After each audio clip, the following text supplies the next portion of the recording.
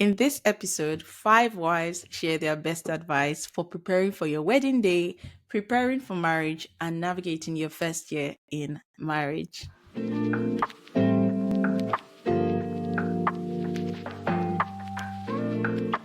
Hi, my name is Oyinkan Dawodu. I'm the host of Colors and Flavors podcast. Here, I share inspiring stories, encouragement, and advice for navigating faith, dating, and marriage as a young Christian woman. This is part 5 of the series Before You Say I Do, where we're sharing advice for preparing for marriage, navigating your first year in marriage, and even the planning process towards your wedding day. And in this episode, I've asked 5 wives 4 questions to get their best responses so that I'm not only sharing my own ideas, but you're also learning from other women who are married and have gone along in the journey. So let's meet our wives for this episode. First, I want to say a big thank you to all of the wives who participated. They're my friends, and I really do appreciate you guys taking out the time to do this with me. Thank you. So, to our wives, our first wife is Ibukun. Whoop, whoop, whoop. Second wife in this episode is Victoria. And then thirdly, we've got Okpe. And then number 4, we've got Ruby. Woo!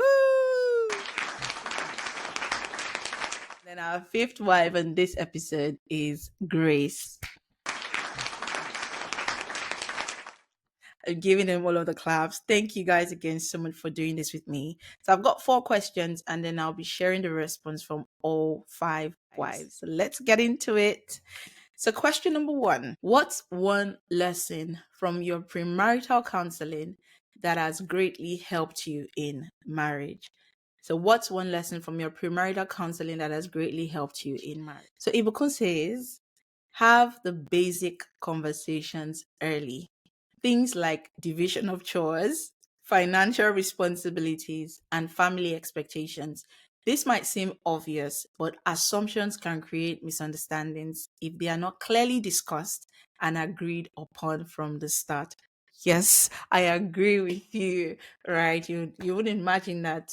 Yeah, couples tend to argue over, oh, you didn't wash the plate, you didn't clean the house, you didn't take out the trash. So have those basic conversations early and align. So Victoria says she remembers the lesson on conflict resolution. You need to be careful in resolving conflicts to make sure you don't create more conflict while trying to resolve the original issue. If you're married, you know.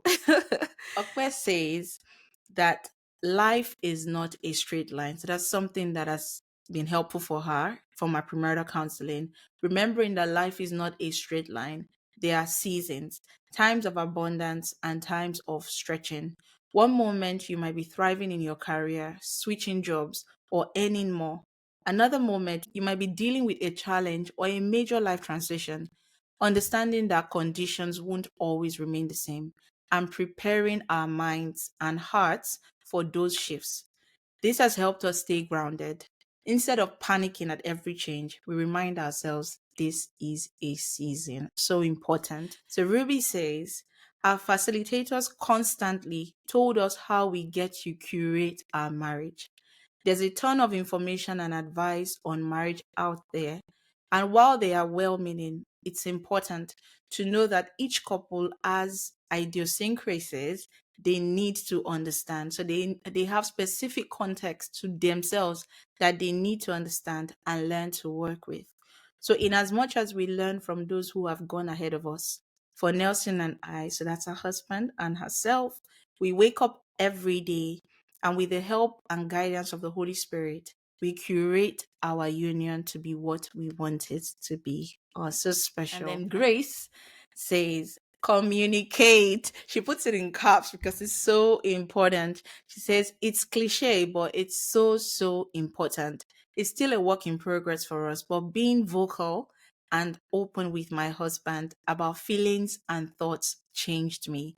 I grew up not being able to question certain things or express my opinions. So being able to do that is freeing. Love it, love it, love it for you, Grace. Thank you so much. So the question number 2 for all 5 wives.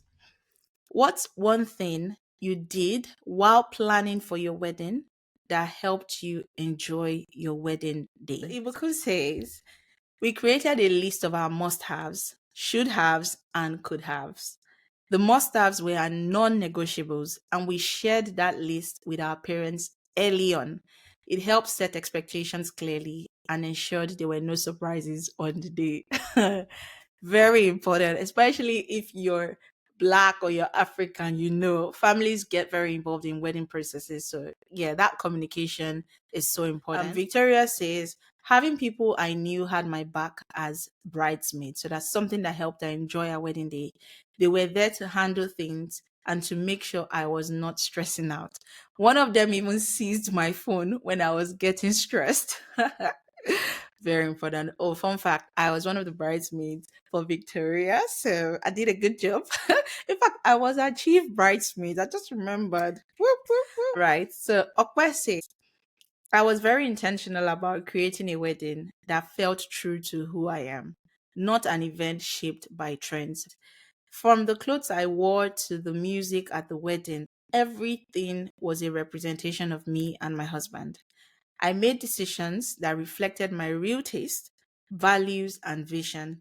And I clearly communicated my must haves and areas I was flexible about to everyone involved. Can you see that?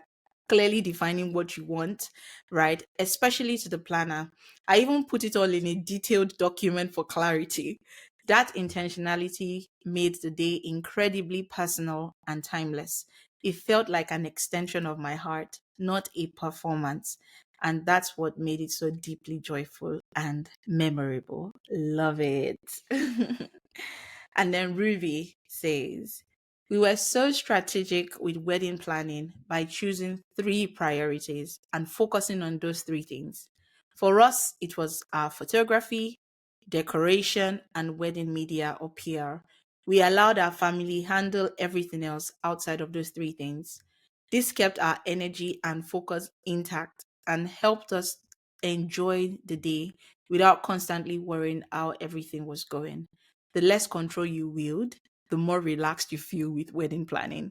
Trust God and the God in the people around you. Love it, love it. And then Grace says, I made sure I picked bridesmaids who are not only close to me, but were hands on during planning and helpful on the day. I didn't have to think or worry about much because they handled a lot. So, question number 3.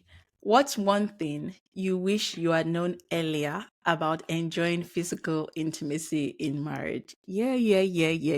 I went there. All right. So Ibukun says, take your time to learn and understand both your body and your partner's body and talk about it. There's no rush. It's a journey of discovery, communication, and trust. And then Victoria says, as a Christian bride, my mistake was totally shutting that out.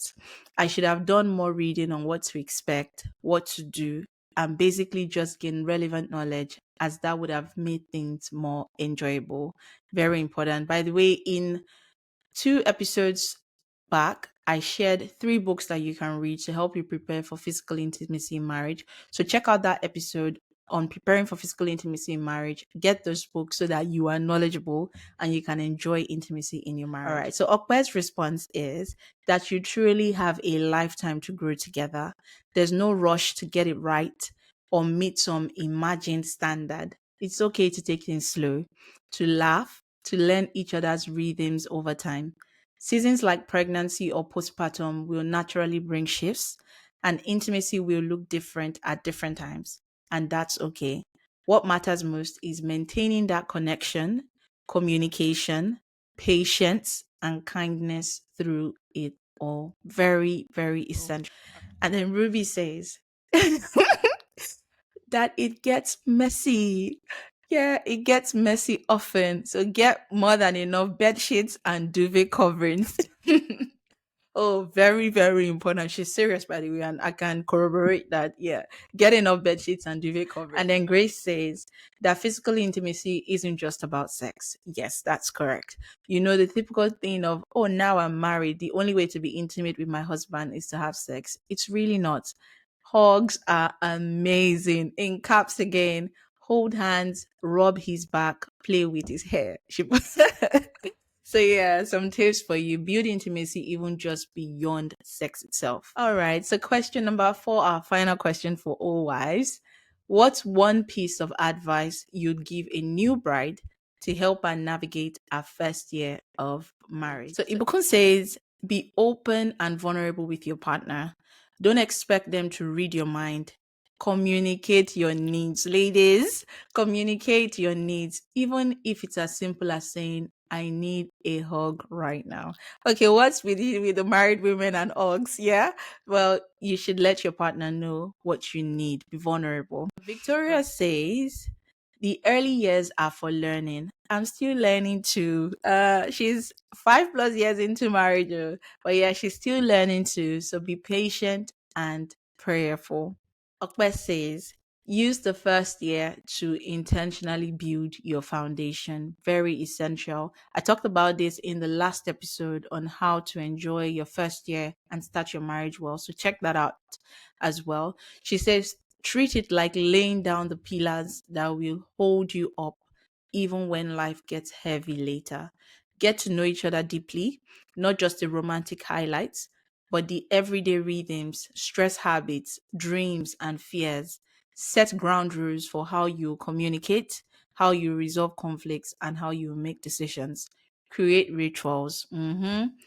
Regular date nights, weekend walks, mini check-ins, or performance reviews where you talk about what's working and what could be better. Very essential. Be intentional about setting shared values, creating structures, taking trips, and weaving small habits of connection into your life. These things might seem small at first, but they become the anchors your marriage will rely on during both smooth and stormy seasons. Oh, love it, love it, love it. Thank you so much, Okwe. And then Ruby says, it doesn't have to be tough with squabbles, as the status quo says about the first year. It could very much be a year of bliss and honey. Be gracious, be honest, and trust the Lord. He always sustains what he authors. And then she concludes by saying, a bad day will never mean a bad marriage. One day at a time. Love it so much. Thank you so much, Ruby. And then Grace says, always remember that you are two human beings from completely different backgrounds.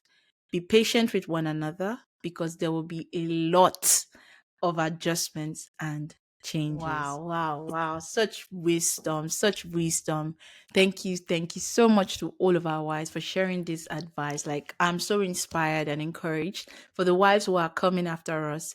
These ladies have gone ahead and they're sharing these things to help you navigate your marriage in a much more beautiful way than you could have imagined, right? So take this advice, put them to work. If you've got any question on navigating marriage, preparing for marriage, I'm happy to respond to them in your comment section. So leave a comment, share your tips, and if you're married tuning into this episode, what's one advice you'd like to pass on to a future wife to help her navigate our marriage in a good way?